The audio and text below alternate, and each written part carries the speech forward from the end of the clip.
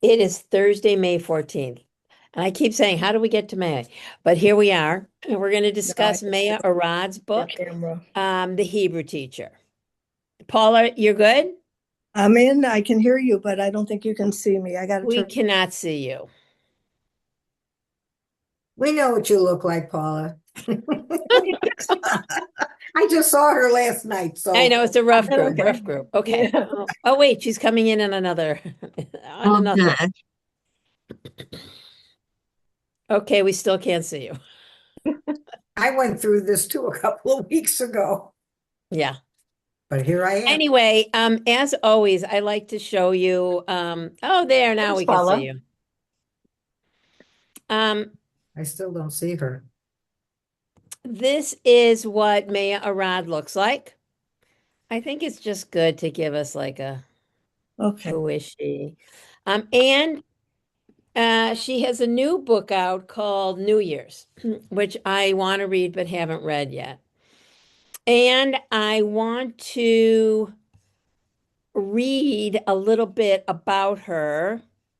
I have to find it. Here we go. Okay.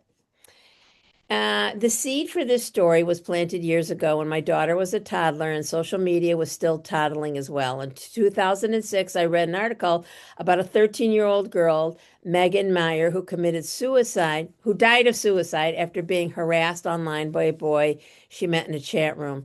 It later turned out that it was an adult woman in her 40s. Oh my God, who pretended to be that boy? I thought that Oh, novella was the most cringeworthy. She was a mother of another teenage girl to whom Megan Meyer had been mean at school. This was her revenge. I couldn't stop thinking about that. But as a writer, you can't just decide, now I'll write this story. It somehow has to come naturally to you. So that's a very interesting thing. And um, I have questions for all of the novellas. And I saw Lynn today, and uh, Elaine, I have to find what Elaine she wrote me. It wasn't an easy book. It wasn't an no. easy book. Mhm. And the last one was especially cringeworthy, although I had read this about a year ago, and that's the story I remembered the most. I don't, maybe Mhm. because it was the last one, I don't know why. So let's we'll start with the first one, Ilana, a veteran Hebrew instructor at Midwestern College, with the newly hired post-Zionist professor, Yoav. Could Thoughts I, on that? could I first say, because Yes, go we ahead, talked Lynn. briefly, and it made, after I finished this book, I had to think about what it was that put all these three stories together. And when Vanessa and I were talking, I said it was all about the generational issues, generation gap. Yeah, And that's really kind of what tied it all together. So it'd be interesting for us all to think about it from that standpoint, because I think all of those characters had those issues, and that's what linked them all. right. Also opposing political views, Right. intergenerational conflict, Hmm. all of that. Sandy, go ahead. I thought the first story was very contemporary because we do know a lot of, maybe we don't know them, but we hear about young Jews who are walking around with these, Jews for Palestine flags and Jews for Hamas and so on and so forth. It's a very painful time for all of us sitting in this class. I think it's just a really painful time. So even though it was different, they were talking about employment and things like that, I think it hit us very hard. I liked the whole book. I only read the first two stories, so I Mhm. must read the third one since you said that was the best. I But didn't say it was the best. I said somebody, I remembered it. oh, With okay. her. Well, I Yeah. feel I have to read it because a Yeah, couple of people commented on it. right, right, right. But the first two, I really enjoyed them. Thought they were very real. Yeah. As someone who, is the first one, the Hebrew teacher, uh, for someone who has hired Hebrew teachers for over 40 years. Alana was the quintessential, she was doing things the same. Um, and, I think sometimes you have to change things up. And I also think about, and her clash with Yoav is, what's happening in the world today. Absolutely what's happening in the world today.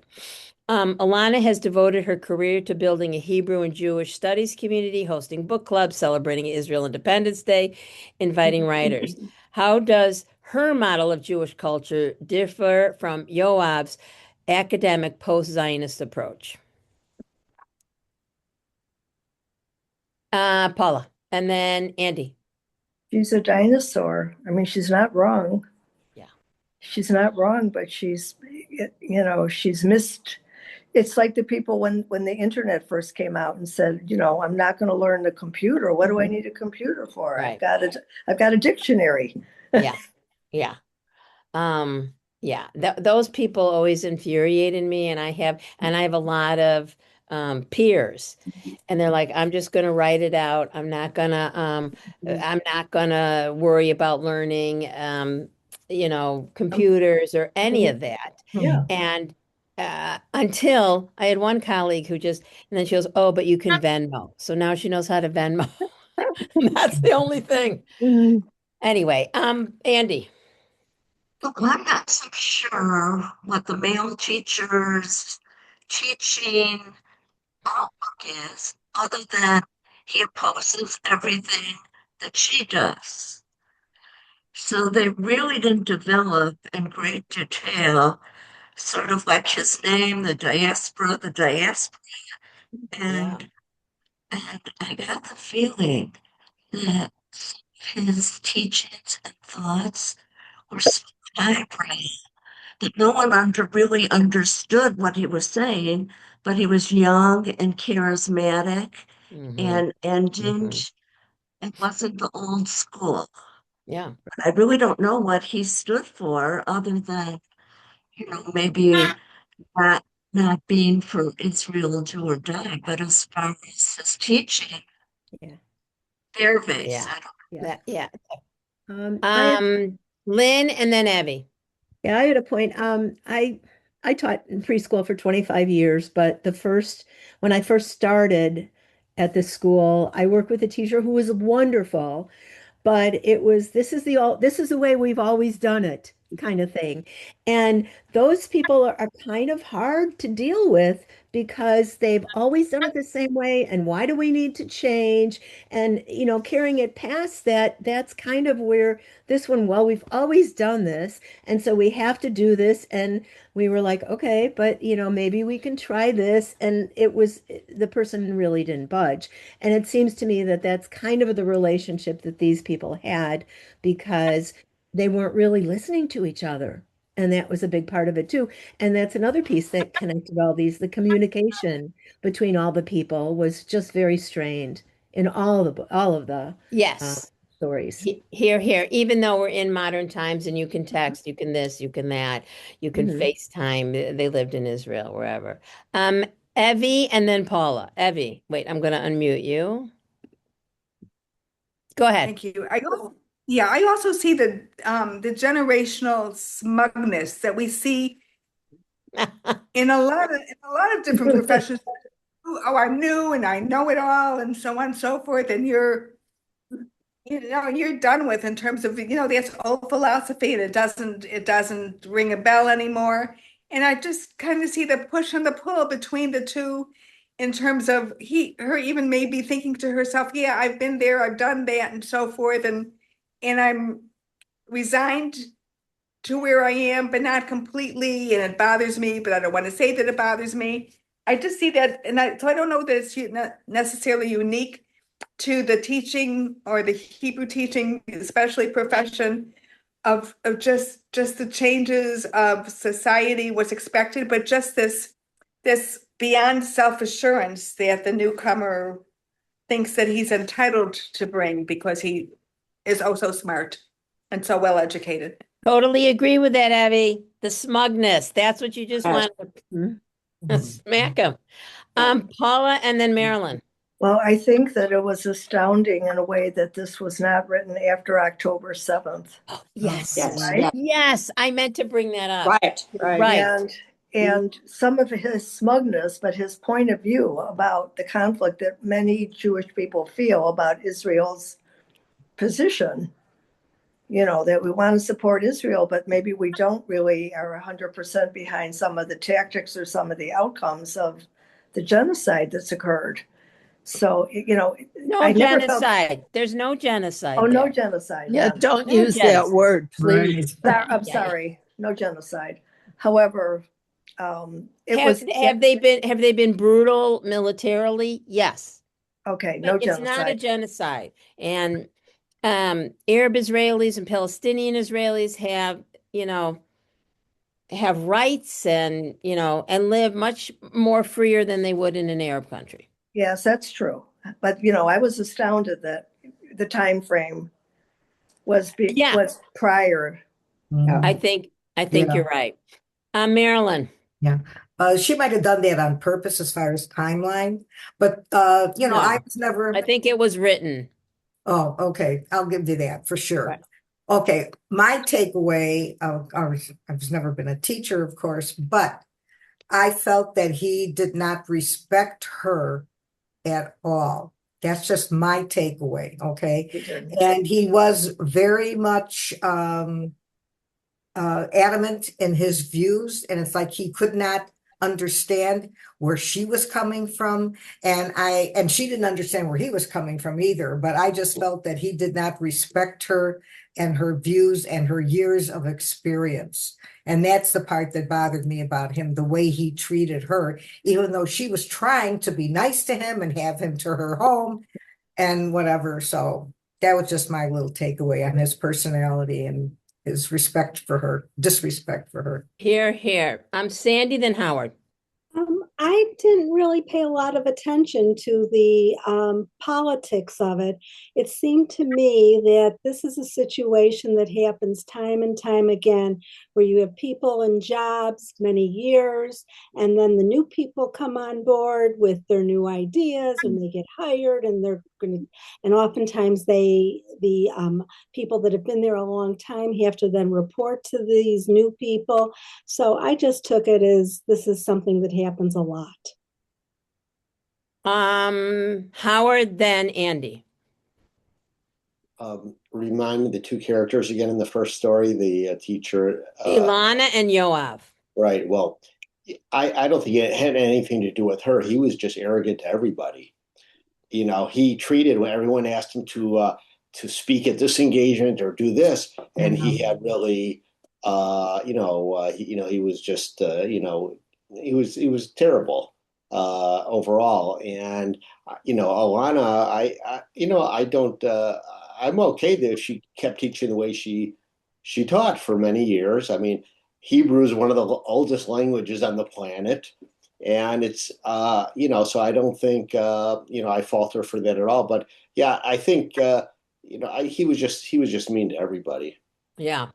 Well, he was especially mean about Israel. And I'm going to get to you, Andy, and I'll share with you, and it stays here. And I'm not going to say his name, but I worked with a colleague who was Israeli.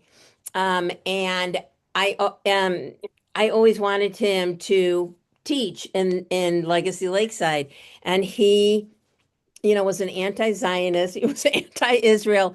And finally, my teachers, Lynn was one of my teachers, said, okay, I don't want him anymore talking about Israel because he's so angry and mad about it. So I think that was part of Yoav, and that unfortunate struck an unfortunate chord with me.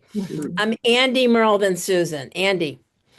I think it was more than just old ways versus the new kid on the block. He was, as Howard would say, he was against everything, and even like went to prove a speaker something to do with the Israeli consulate. And I think it was very much political, not just versus new. He had very different views than she did. Yeah. Merle. never just about teaching. It's also about the teacher's personality and stories. And when she first got there, I just like to read this little short quote. She would tell them stories about hiking from the Mediterranean to the Sea of Galilee, working on a kibbutz, and firing an Uzi when she served in the Israeli Defense Forces. They gazed at her admiringly when she told them, I was born along with the state. There was boundless pride back then. But now she's at an age. Elizabeth Strout just published a book recently, and she says after you're 70, nobody even looks at you or notices you. Nobody I even. agree with that. And I think that's what's happening to her. Yeah. And no matter who the new teacher was going to be, and he's a horrible person, but there was always going to be this comparison. Well, she's an old lady now, and he's young and vibrant. Whatever his views are, they might be different from ours, but he's young and vibrant and has energy. So I think that was mainly her problem, that she just got too old to be interesting to students anymore. Yeah.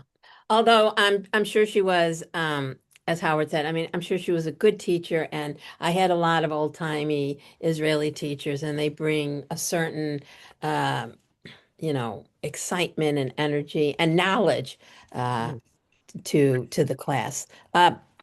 Sue. So I think this was a real story of a difference in personalities. Um, I think even though she was a Hebrew teacher, but I think she had more of an American personality than an Israeli one. And I think for those of us who have had to deal with some Israelis, certainly not all, um, they can be difficult because they have a different take on the way life should be. Yeah. Oh. Um, I uh, think that was very apparent in this story. right. Right. Um, And if so I have some wrap-up questions, which I'm tempted to get to, but let's go to a visit. I just have Miriam, an one Israeli question. widow, travels to Silicon Valley to meet her new grandson, Uh, only Vanessa? to find her son Yorm's marriage and family life full of hidden fault lines. And it was really that. I mean, I felt bad for Miriam. Brenda. Um, I very beginning, so forgive me if I'm redundant. It's also a story of when you get older, your bosses kind of, I don't know, maybe not belittle you, but they, um, and this doesn't necessarily have to be an Israeli thing. It's going on in corporate America as well. You mean male versus female? Correct. Yeah. And it could even be a female that's higher up to another female. Agreed. Yeah, I just had Agreed. a Agreed. question. I Yeah. don't understand why everybody was so hot on this Israeli guy. Yeah. I don't understand why everybody else seemed to like him.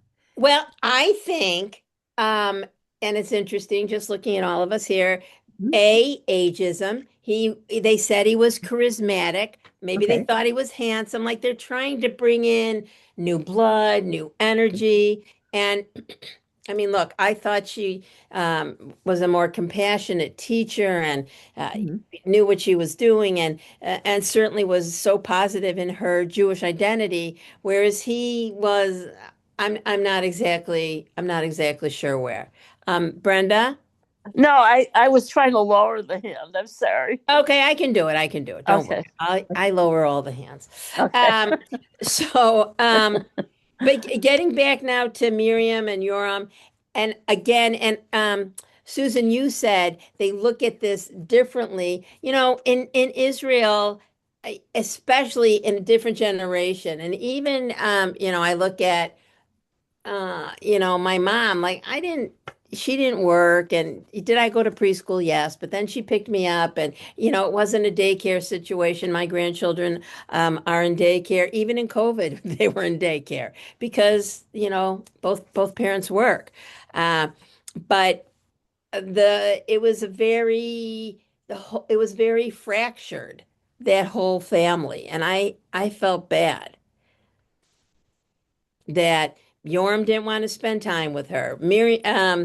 what was her, Yeah. Maya didn't want to spend time with her, and she's so desperate to spend time with Yonatan. Yeah. So Yoram uses work as an escape from the tensions at home. In what ways is his life in Silicon Valley a kind of yirida? When you go to Israel, it's aliyah, la'alot. When you move out of Israel, you're Reddit, it's yirida, immigration from Israel. Not just geographically, but spiritually. What has he gained and what has he given up? Merle. Well, I think he's given up his closeness with his mother Yeah. and time that he could spend with his children. But I always think of grandparents as there's a resident grandparent and then there's a faraway grandparent. Oh, And when the yes. faraway grandparent comes to visit, who puts her in front of the television? I Yeah. thought they were so rude to her. Mhm. Because I have a daughter who lives in Minneapolis, so right now I'm the faraway grandparent. But when I visit, we go to art museums, when we go walking on the trails near the lakes, and we play games. I mean, it's nothing like this rudeness to the grandma. But the Yeah. grandma didn't choose a date that was good for them. And I thought that was partly her fault that she was treated so coldly. But they were never going to give her a date, I don't think. Think so. Agreed. Yeah, Right. 100%. Yeah. Right. Okay, but I Sandy. just, all Oh, right. I'm sorry, Merle. Go I ahead. I Finish. just wanted to say that I thought they were very rude to her, and I don't think there was a real a good justification for that. Here, Sandy. Yeah, one of the things that bothered me was this kid who was going to preschool from almost 7:30 in the morning till 5:30 in the evening. That is terrible. That's a terrible Now, that Sandy, happened. I just said my grandchildren go from 8 in the morning to 4 or 5 at night because the parents work. I And don't care. well, I don't care about what you're saying until you see children and how they grow, learn, uh, uh, socialize with other children. I wouldn't trade it for anything. You Do they know, bring home a cold? Yes. Daycare Vanessa, is so different. It It's so different. Vanessa, my yeah. children, I worked too. I was a teacher, and my kids, but they were with wonderful, wonderful older women who treated them just so warmly all day long in my own house. But and today I have great grandchildren who go to preschool also from 8 to about 5. I Yeah. don't think I don't like it. I really don't. Mhm. And I Well, don't we're going think to have Sandy, we're going to have to agree to disagree because well, let me go to Evie and then Howard. Evie, go ahead. Well, sometimes I don't, and in this case, I think there was a choice. But in terms of a child going to preschool from early in the day until late in the, sometimes there isn't a choice. You don't know what the family situation is. Here, I thought that there was a choice and it wasn't necessary. But having grandchildren that had gone from preschool way early until late in the day and how they have thrived, I feel differently. Now, I was a stay-at-home mom because I didn't have a stay-at-home mom. So my mother instilled in me the importance of being a stay-at-home mom. Whether or not that was good, I don't know. In retrospect, I can't change it. You know, it was what it was. And I just think it's difficult to really judge what somebody else's situation is, what the timing is, what's going on. And hopefully, if you need to do that or choose to do that, it'll be a good environment. And I was fortunate to be in a good environment, as my grandchildren were too. And if a change was made, necessary to be made, they were made. Here, But I here. think it's a privilege to have that choice. Yes, agreed. Howard, then Marilyn, then Susan. Yeah, I tend to agree with you, Vanessa. Judy and I raised our kids at home. They didn't go to daycare, but our granddaughter goes to daycare, and the socialization is amazing. And there's a lot of upsides. The only downside is they bring all the germs home. I That's the said that. downside. So our Yeah. kids are sick all the time, or they have been. And fortunately, we've avoided that mostly. But yeah, I think there's definitely some positive aspects of daycare, and I was sort of appalled at how they treated, the son treated his mother, And I agree with you. I don't think she was ever going to get an invite, so she just took the plunge, which I don't blame her. And I got along well. Had a great relationship with my mother and my mother-in-law, so it's hard for me to understand how they could treat her like that. A family member, yeah. Marilyn. What we didn't talk about with this particular situation, with the reason that the child was in daycare. First of all, the mother worked from home, and that's what the grandma Miriam could not understand. If the mother is home, even though she's working on her dissertation for a PhD, whatever, why did the child have to be in daycare all day when she was home? And that's what bothered Miriam. Okay, and from what I could see in the book, she just didn't understand that. And as far as the relationship between them, they did not expect her to come and to stay for 3 weeks. I mean, they couldn't believe that. Hello. But, like I say, the big thing was that Miriam just could not understand a mother's working from home. Why would the child have to be in daycare all Right. day? Which is another sexist thing, because if it had been the father, they would have been, oh, of course. Right. Sue. Okay. Well, I don't like to contradict anybody, but but Sandy, I think you were all wrong about the daycare business because a lot of it has to do with your financial situation. And you can't judge the way other people handle things. It's very expensive to have somebody come into your home to take care of your children.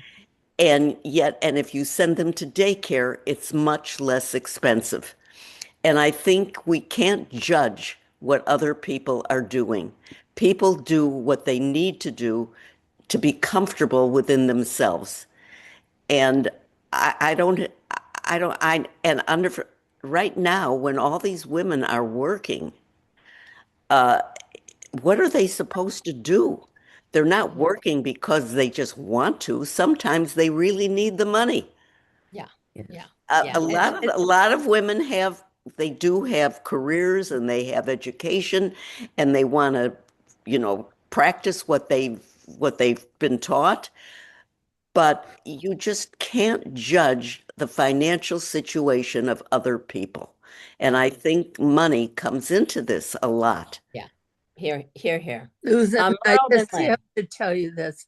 My great grandchildren have everything, every kind of clothes, every kind of toy, every kind of electronic thing. They run around the house on these electric automobiles and everything. I wish they had less and their parents used the money for something else. I don't agree with it's just the way I see it. I see the Okay. mothers going out to work. They're not with the children and the kids. What do they get from this? They get this fantastic life with everything possible in huge houses. I just Well, stick we're with going to, my again, guns. it's hard to count other people's money, Sandy. We're going to have to agree to disagree. Some people have to work and they live in small houses. And all right, Merle, then Lynn. Okay, so I'd like to say something to support Sandy. I just work part-time, so I was always able to take my children, all my children, 3 of them, home from school. But one of my daughters had a friend who would always stay at the after-school program. And when she saw me picking my daughter up, she said, "Can I please go to your house? It's so dusty there. I can't even breathe. It's horrible." So, I mean, this was at a nice school. This was at Lincoln School in Highland Park. It was a nice school. But she said, "I just cough every day when I go there." So we used to ask her mother, "Can we just take her home with us?" And it was okay. So I'm saying that what Sandy is saying, that not every daycare is good. I mean, it sounds like you guys have wonderful daycare, which is great, but not all of it is good. And that little boy could not have eye contact with his grandma. I started to wonder, could he be on the spectrum? Maybe his mother didn't want to be around him because maybe he's on the spectrum and she's trying to work on her PhD. So, I mean, there are so many variables, but I just wanted to support Sandy a little bit in what she was saying. Yeah. Thank you, Merle. It's hard. Every situation is different. Lynn. Okay. I worked in preschool daycare for 25 Yes, you years. did. For part of the time, I was only half days, especially when my kids were little, because, um, and then I was full time with the daycare. And I will say that the kids in the daycare programs, if it's a good program, become so much more self-reliant and so much more confident in themselves because they have to. And it's okay. You know, they learn a lot, and they learn a lot from their peers, and that socialization is really a big piece. And the program we were in was very child-centered.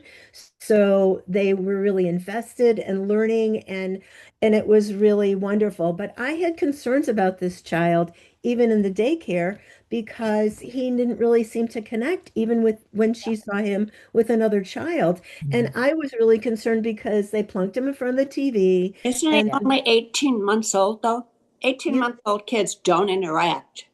well, but they could, but but you can interact with even, yes, you can. Yeah, But I know, but when but you watch toddlers, they're not interacting yeah, all that. but you're talking to them and they're responding to you, you Yeah. know, and it didn't seem like there was any of those kinds of interactions with his child except feeding him and putting him in front of the TV. And even when they took him for walks, and you see people walking down the street now with their cell phones while they're taking their kids for a walk, like, why are you doing this if you're not even interacting with your child? Yeah. So it really, I was more concerned with the family, and you could understand that there was a lot going on in this family, and that this child really didn't, and was calling everybody Abba. And it was, that was concerning for me too. I don't know if he was on the spectrum or if he just really hadn't been engaged enough to understand what it was like to have those communications. Well, Because again, the mother was going for a PhD in psychology. yeah. That was I mean, crazy. you he was very, very young. There was two languages in the house. That's Those true. kids speak a lot later, and That's true. and then they That's just come out in full sentences. right. But they really Yeah, go didn't ahead. interact was, I think, a thing that really bothered me a lot for this Yeah, poor child. yeah. Sandy, then Evie. You know, this reminds me of something called the mommy wars. And, it's, what's best for the kid and, for the stay-at-home mom. And it just seems to me that it's the parents' responsibility to make decisions, whether there's a stay-at-home mom or there's daycare or there's someone that comes in, and they have to make the best decision for themselves and their child because you just don't know and things happen. Here, here. I agree with that. Evie. Well, I also think that there is, I agree about there might be an issue of the child being a little bit on the spectrum, maybe not even diagnosed or really thought about it, but a fear of a judgment piece of the grandmother seeing something or maybe having to bring something up that they're not comfortable with yet. And I also think that there is a difference between the grandmother being the mother of the husband or the mother of the wife. And I feel that there Yes. is a difference in the way that they are treated or just the relationship and so forth. And I remember probably about maybe 20 years ago hearing somebody say to me, and it rings a bell with me all the time, if you ask an adult child a question, they see it as a judgment. So I'm really, really as careful as I can be about that, but it's in the back of my mind too, is do they see the grandmother making a judgment or the fear of them saying something? But I just feel that the distance geographically impedes a relationship too when you don't see day to day and so on and so forth and more frequent. But I just think that there's a difference in terms of that other level of being an in-law or the other grandparent. Building on that, Miriam reflects that she has become a grandmother too late. Her son married too late, emigrated too far. How does the book use the grandmother's visit to explore what it means for Israeli families to be scattered across the world? What communal and generational bonds are frayed by this diaspora within a diaspora? Oh, and I did wanted to say, I can't remember who I said this to. I thought at the very end when what's his name? Right. When Yoram, he's sick, the mother knew he was sick. They finally get him to the hospital and he calls out for Ema. And Right. I feel that um I thought that was repairing, really repairing. Yeah. And yeah. It was the last verbiage of the whole story. Yeah. It was the last thing. Yes, the very last thing was Ema. Yeah. So hopefully That was very touching. I thought that yeah, I did too. Yeah. Yeah. But you know, uh, what about her becoming a grandmother too late? And 2 wasn't he years a lot late? older than his wife too? Yes. So Yeah. he's 10 years older than his wife. Yeah. And I think she had him late. I think that's I think it's normal. I think what Jessie has, all of her kids married and a lot of grandchildren is not the norm. Mhm. Um, I see on Facebook and I know I can say for her she's very lucky, right? Yeah. Very blessed. Yes, yes. And another one coming. Oh, so we say Bisha'a Tova. Merle. I don't think it's possible to be too old to be a grandma. I started being a grandma when I was 57, but I know ladies who are 70 who are having their first grandchild and Yeah. so thrilled and so happy to take care of it and so capable. I mean, unless you're infirm, there's something wrong, but I don't think you can be too old to be a grandma. And I was happy that this grandma had her friend Malka who took her to the grocery store because at least she had one day where she had some fun. But I Right. really, I think it's any age is good if you're healthy and you can help take care. It's nothing's too old. Here, here, here, here. Sandy. It seems to me that sometimes in situations in life, you can't have what you really want. And she wanted her grandchild to be lovey-dovey and have a great relationship. But when I got done with the book, my takeaway was you get whatever you get, you take it as a grandparent because this is what you have and you rise to the occasion when you can. Here, here, here, here. Brenda, I can't see you. Do you have any comments? Sure. I think there was a lot going on in that household. Yes. The fact that what was the husband, Isharam, Yoram. that he had a startup company that failed, and then something else went bust, and then he ended up working for somebody else, and it looked like he didn't particularly like the job. Yeah. So there was definitely not the best dynamic between him and his wife either. Yeah. And I think the wife felt put upon that she was left alone with his mother a lot. She felt that, as a son, he should be around more. And I understand that, even though I thought she wasn't at all nice to the mother. And I personally have always been nice to Fred's family.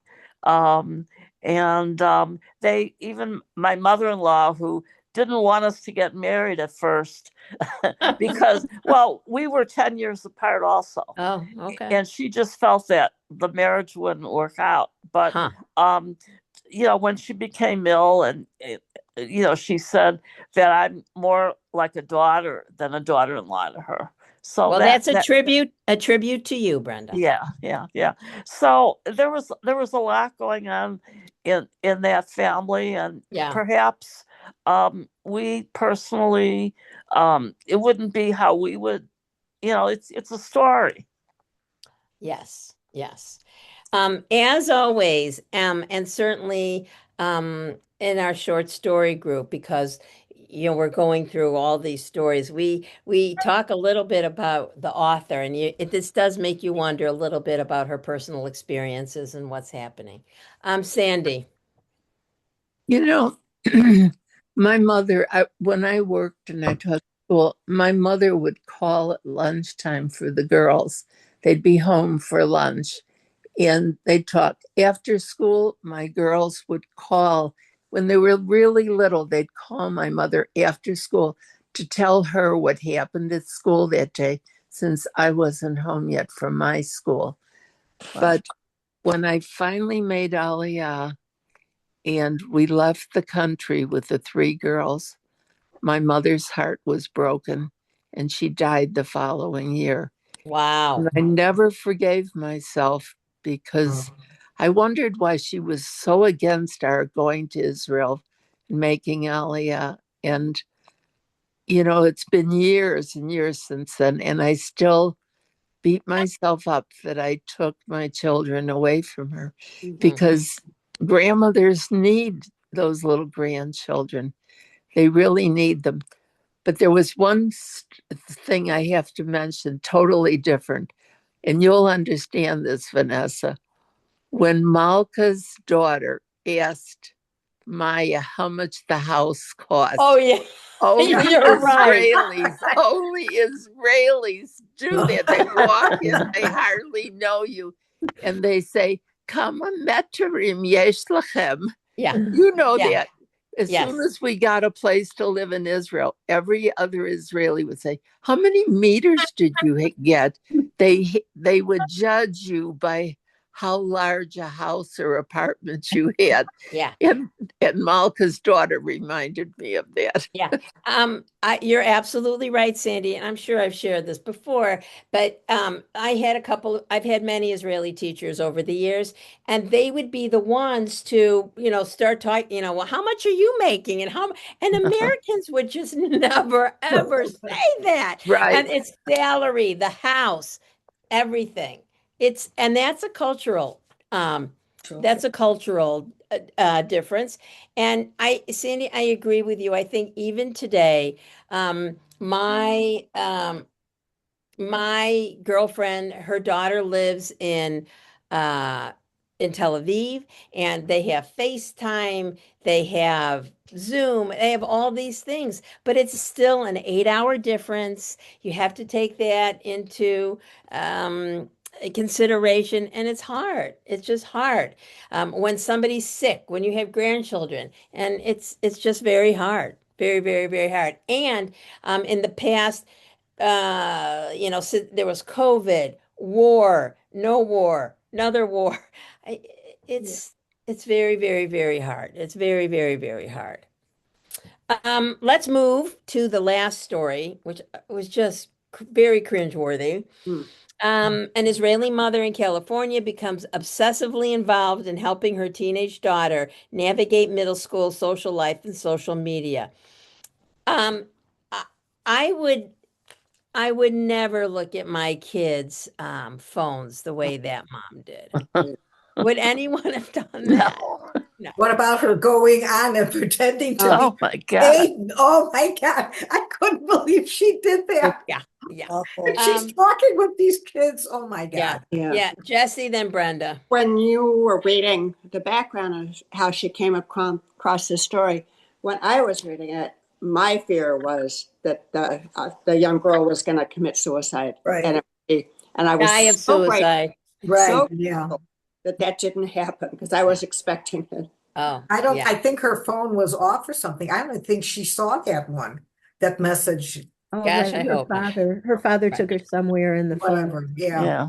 Yeah. Mhm. I mean, although I do think that story is indicative of the over involvement Yes. of parents in their children's lives, Yeah. to the point where um, many times I had people come to me, and it was almost always the parent saying, "Oh, my child wants," and it was usually a high school kid wants to volunteer. And the first time it happened, I was like, "Oh my God, look at I'm getting a volunteer." And then finally, after 10 hours of whatever, he said, "Will you sign off on this?" So now when they call me and say, "I want to volunteer," I go, "Do I have to sign off on it?" And the answer is, 80% of the time, yes. So I hope that we can teach our kids to advocate for themselves, to when my kids applied for jobs at Azrui, and even though Azrui knew me, I said, get dressed up for the interview. Let's go over some questions. And for those of you who know my youngest son, Ethan, I said, they're going to ask you, what are your weaknesses? And Ethan says, I'm a perfectionist, which he is not. And I said, that is not a weakness, buddy. So Yeah. I think that we have to help even our grown children. We have to help them be able to face conflicts or advocate for themselves or whatever it may be. Merle and then Brenda. I think this problem was so prevalent that some of the middle schools started having children rotate at lunchtime, that you would have to sit with some strangers at lunchtime to get to know each other instead of only sitting with your clique, or sadly, in some cases, sitting alone. And it was just something that I was so happy to see schools getting involved with this. But as far as the mother and the daughter, so often, like a psychologist would say, the mother and the daughter were enmeshed. And the mother just simply couldn't separate from what was going on. And the advice was so ridiculous. Her daughter should have reached out to some new people instead of always being with these same girls. I mean, I thought it was the most ridiculous story. I really didn't like the third story because I thought the mother was just so immature, so enmeshed. How could she ever help her daughter by playing with her daughter's cell phone and pretending she's the daughter? This is such an awful story. Because she's herself so equally messed up and doesn't have friends. Agreed. Agreed. Brenda? Well, the mother herself she herself had trouble making friends. Yes. As it comes out later on in the story. Yes. And I think both the mother and the father were in some ways bullied when they were children. So I get how they feel they wanted to do something for her, but they just went about it the wrong way. I mean, I felt terrible for this child who wanted so much to be part of this group. And I guess like they said, there is a hierarchy and cliques, and middle school is really an awful time in growing up. At least it was for me. Yeah. You never want to go back to that. Howard, Marilyn, and then Evie. Howard. Well, I think this was all about the mother's insecurities. I think Brenda brought it up a little bit about, we found out later on, her own friendships or lack thereof when she grew up. And I mean, you knew at the beginning this was not going to turn out well. And it was pretty evident. But I have to give my props to the father. He had some good advice. We got to let her grow up, make mistakes, and she'll be fine. And he took obviously a completely different perspective, and which would have probably been the better way to go. Agreed. Marilyn, then Evie. Marilyn. I think the mother was kind of immature in many ways, okay? And her big fear with her daughter having a phone, a smartphone, whatever, was that, she's going to get into these chat rooms with all these perpetrators and all these nationally terrible, terrible people. But she was good with her having a phone for the girls to be part of their group, okay? But the thing that I think the author went a little bit too far, and maybe I'm wrong because I have two daughters and they all went through middle school and there was never an issue, at least one that I never heard about. I think they were really they were very lucky that they didn't have issues like that at all. But your girls didn't grow up with cell phones. No. No, my daughters did not have cell phones. Oh. No. But the thing that bothered me, it's a huge difference and a huge pressure. Oh yeah, but the thing that I didn't like, and maybe I'm wrong, but this little girl is 12 years old and she's telling her mother to F you. Yeah. Okay. That really got me. Okay.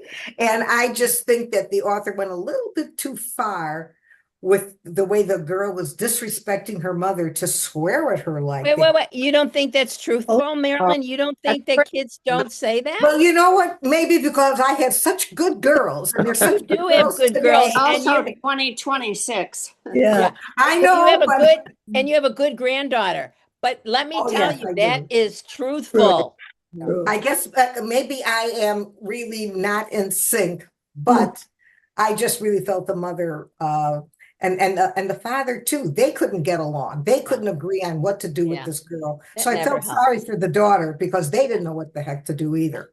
Yeah. I stand corrected on the other issue. Okay. I'm Evie.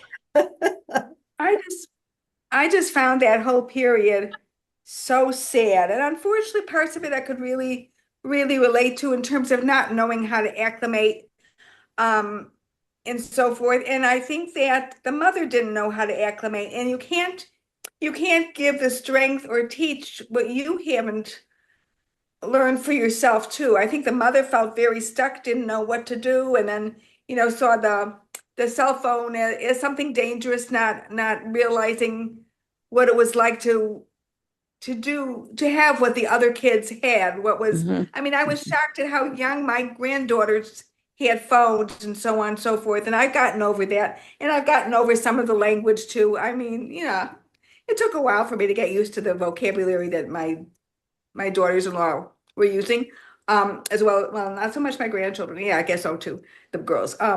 But I just think you can't give the strength if you haven't developed that in yourself. So I felt for them. I mean, I was annoyed with the mother, but I also felt for her frustration in terms of not knowing what to do Yeah. as a I know psychologist in training. I know that, I mean, my grandchildren are young, but I know that Lital and her husband Cole are thinking about getting them a flip phone because it unfortunately, when you have kids at school and you have to pick them up, oh, and you're working and plans change. I mean, you do have to be able to contact them or contact each other, but the smartphone it's just so powerful. Merle. Well, it's become such an issue that high schools in some states are not allowing the kids to look at their phones from the entire school day. Bring it to school, put it away. You can look at it after school. But what kind of irked me about this story is that this is a Jewish author. She never really talked about the time when kids go to bar and bat mitzvahs. And Oh. I remember at my school, there were so many Jewish kids that all the Jewish kids had a wonderful social life because we went to each other's bar and bat mitzvahs. And years later at a reunion, a Christian girl came up to me and said, I was so sorry that I wasn't invited to the bar and bat mitzvahs. I said, I wish you had said something. You could have come to my bat mitzvah for sure. I mean, these are things though where you see this at school sometimes where the kids just are, they don't invite each other to their parties. So I think I can tell you why she didn't discuss it because that wouldn't happen in Israel. You don't have those big parties. You invite everyone. It's not the same. It's just not the same. And, whether it's good or bad or whatever. And unfortunately, in the Jewish community here, and I always tell people we're lucky to live in a community that has many Jewish families, but there's also some downsides to it as well that our kids are thrust into that.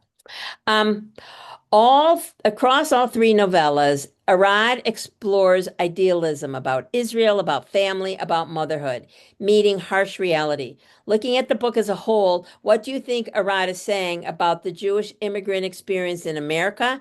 And what questions does she leave deliberately unresolved? And Lynn, you talked a little bit about this at the beginning.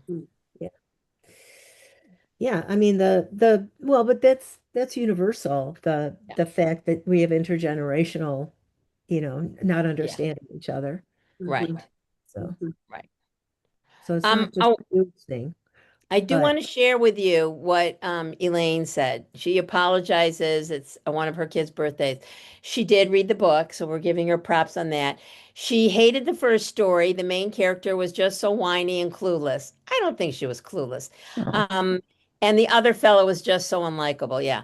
I did enjoy the second two stories, so it's surprising that they're very different. So I just wanted to let you know what she had to say about that.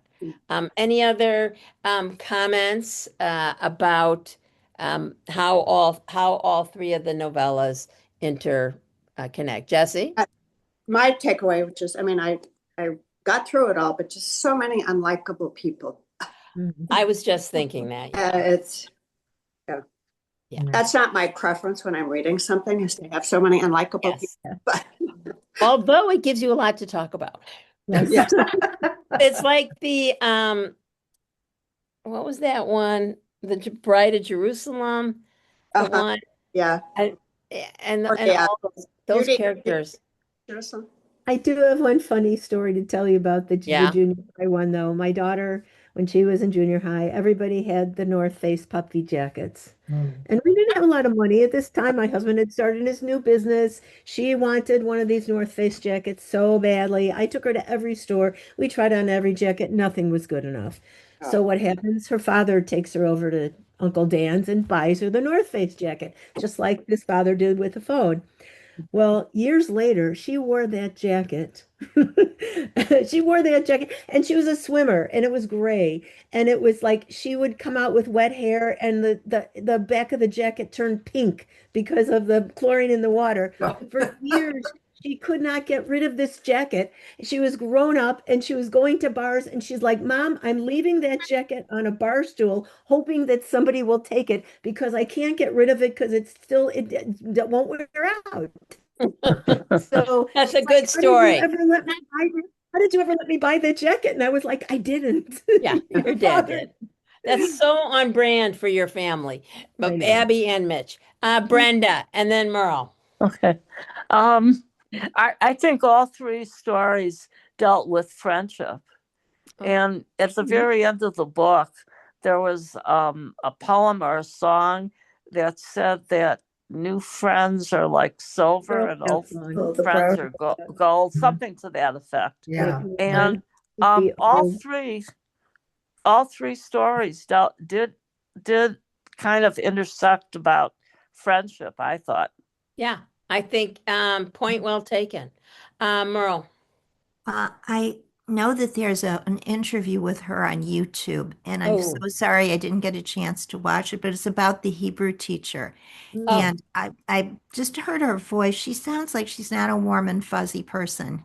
So, that she's would make writing about sense. very tough subjects here, but I think it might be worth it to go look at the YouTube video after the fact because it's all about the Hebrew teacher. So if you just go to Okay. I YouTube and will, I'm going to look for it because I'll send out this discussion tomorrow. And I also, as we get into the end of the hour, we're going to be off for June and July. I'm up at camp. Ethan's getting married. So I got a On lot going June on here. 7th. Pardon? On June 7th. He's Right, getting 6/7. married. 6 Right. And why do I know that? Oh, Oh yeah, I know why you know it. I Um, know, right? right. Sari is having a baby naming that day. And and that's our anniversary. okay. Well, now I'll always know that. And I have some books that I'm looking at for next year. And I think I'm going to put them in the email tomorrow. And if you've read them, you can comment on them back to me. One is, I know Angela Bookdahl's book, Rabbi Angela Bookdahl, she's Korean, Heart of a Stranger. And she reads the audio, and it's supposed to be fabulous. And I have a few others that I think you'll really like, and you can comment on them. And then also, next week, I sit for like 3 days and listen to all the Jewish book council authors. And as I have been saying in the office, it's 3 days I'll never get back. And, some of the authors are great and some of the authors are not so great. I think one of them is Sarah Goodman Confino, and I've looked at her books over the years, and I think we should read one of hers next year. And I'll see what else the JBC has to offer, and it's hours and hours. And You're so good for us, Vanessa. well, thank you. You're so welcome. Thank you. I've read a lot of Holocaust books. Everyone here has read a lot of Holocaust books, and it's just very, every other book is like a Holocaust book. And I was talking I met today with my friends who run their book clubs at their synagogue, and I said that it's all on Zoom. And I know that I have a little ADD, but this one author was like a hoarder. And he was like caged in by his books, and I couldn't get past that. I'm like, there's something wrong here. And a lot of them are very slick, and I don't know if Allegra Goodman will be there. I'm looking at her book for short stories, but that book is supposed to be good, and so there's always fun books. And I know that sometimes it's easier if I go back a couple of years that you can get the books at the library and make sure of that as well. So it's great to see everyone. Sunday is our own Readers Theater. And when you say our own, that means that they're Temple members. And 9:30 Lox and Bagels, 10 to 11. It's only in person, no virtual, because we have copyright issues. So come on down. It's always delightful. Mary Soloff is the director. She's super talented, and it's our own people, and it's always a lot of fun. And then over the summer, we'll have adult enrichment with Rabbi, and Cantor, and there'll be other things going on. So check your Macomb at home, and if you need anything, you know where to get me. And next Wednesday, in our short stories, we read Burning Girls. And for those of you who read them, they were not easy, but the author is Zooming with us. So, yeah. And I told everyone, you have to be on your best behavior. So hopefully that'll happen. All right, it's great to see everyone. Thank you. Thank you. Thank you. Bye. Bye-bye. Thank you. Thanks, Vanessa. Thank you. Always. Oh, Bye-bye. my Bye honor. bye.